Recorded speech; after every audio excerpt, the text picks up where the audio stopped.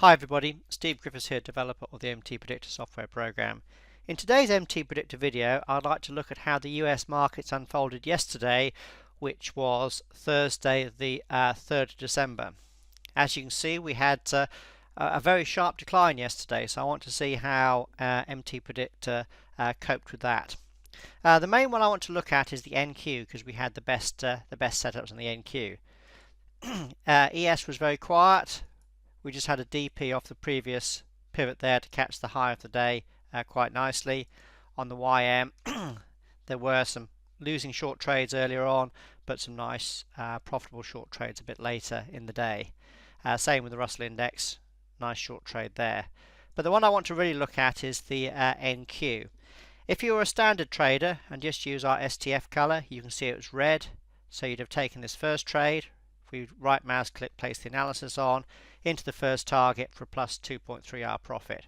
Remember, we use correct position sizing to keep our initial risk small under control, in this case less than 2% of a sample $20,000 account. Then you would have actually also taken this trade here and come out at the first target because the STF had not been strong, so that would have been plus 5.2. So what's that? Plus 5.2 plus 2.8 was it? 2.8 on the first one. Do that one again. Sorry, 2.3. So 5.2 plus 2.3 equals plus 7.5R. So that was a very, very good day. And it also shows that you don't always have to catch the whole of a big move to have a profitable day. Remember, it's profit in relation to the initial risk that's important, not just pure dollar. But I want to now look at this with a bit more of an advanced eye. Now, we normally go up to our higher time frame chart. In this case, it would be the 15-minute chart, and look at potential support or resistance zones.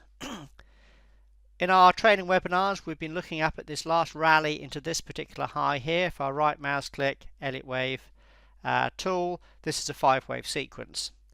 This is the last swing into the wave 5 high, so we'd place a DP off this last swing here. So this would be an initial support zone. And as you can see, it did catch the initial decline off the high there on Wednesday, coming into Wednesday's low. So what would that have meant for us trading yesterday? Well, if I go back to the 3-minute chart, you can see that it looks like there was support coming in here at the previous day's low. So this TS3 sell, you may well have considered that to be against the large degree trend, and you may have passed on it. Or you may have looked at the markets being very weak, and if you had have done and wanted to take this trade, remember our guideline is if you are looking to go against the large degree trend, then bring your stop to break even quicker by using the 100% initial risk guideline. But I think that one might have been a hard one to take. So let's look at this TS1 sell a bit later. Let's go back to the 15-minute chart. What we teach is if the market makes 2 consecutive closes beyond the DP on the time frame the DP is placed on the chart, then the trend is deemed to be continuing in the trend direction. So here you can see we had 1 close, 2 closes, 3 closes, just about 4 closes there, but definitely 1, 2 here. Can you see that?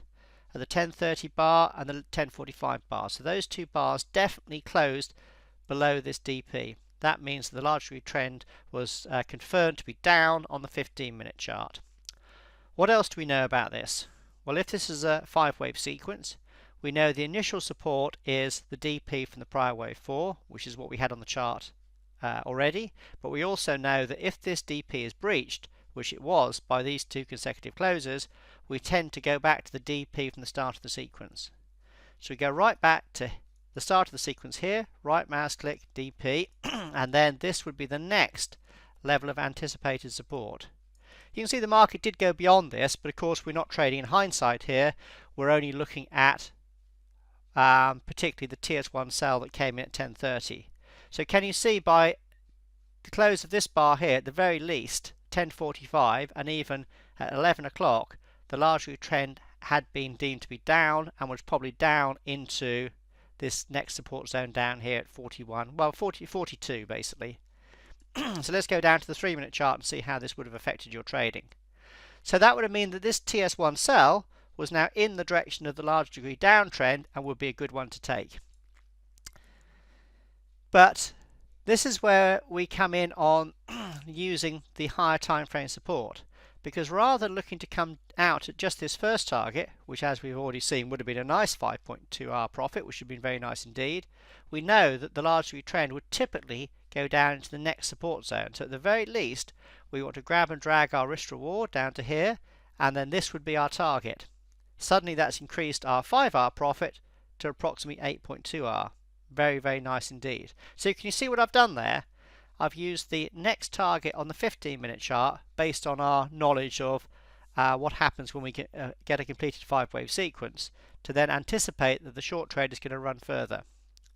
When the market hits the this level here, the STF is now strong. It's gone beyond our grey band, so you may well decide, actually I want to use our ATR stop, which is our red dots there, to then trail it down into this particular low here and be stopped out, as you can see now, for a almost 11R profit. Very, very nice indeed. Also, what I want to look at this down here is if I I'm going to get that one out of the way, because the decline of this TS1 cell, can you see the swings coming down here as they're connected?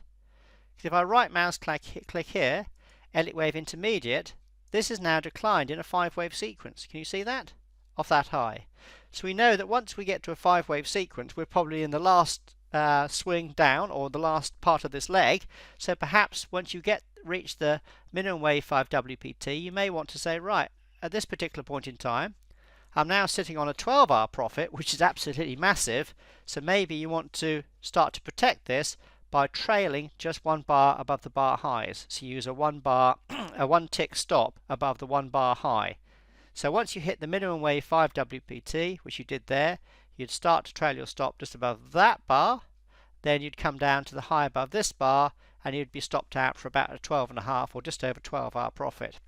So that turns this particular trade into an absolutely massive trade, turning a $330 risk. Again, that's roughly 2% on a $20,000 account, taking into account the number of contracts you can trade there, into just over $4,100.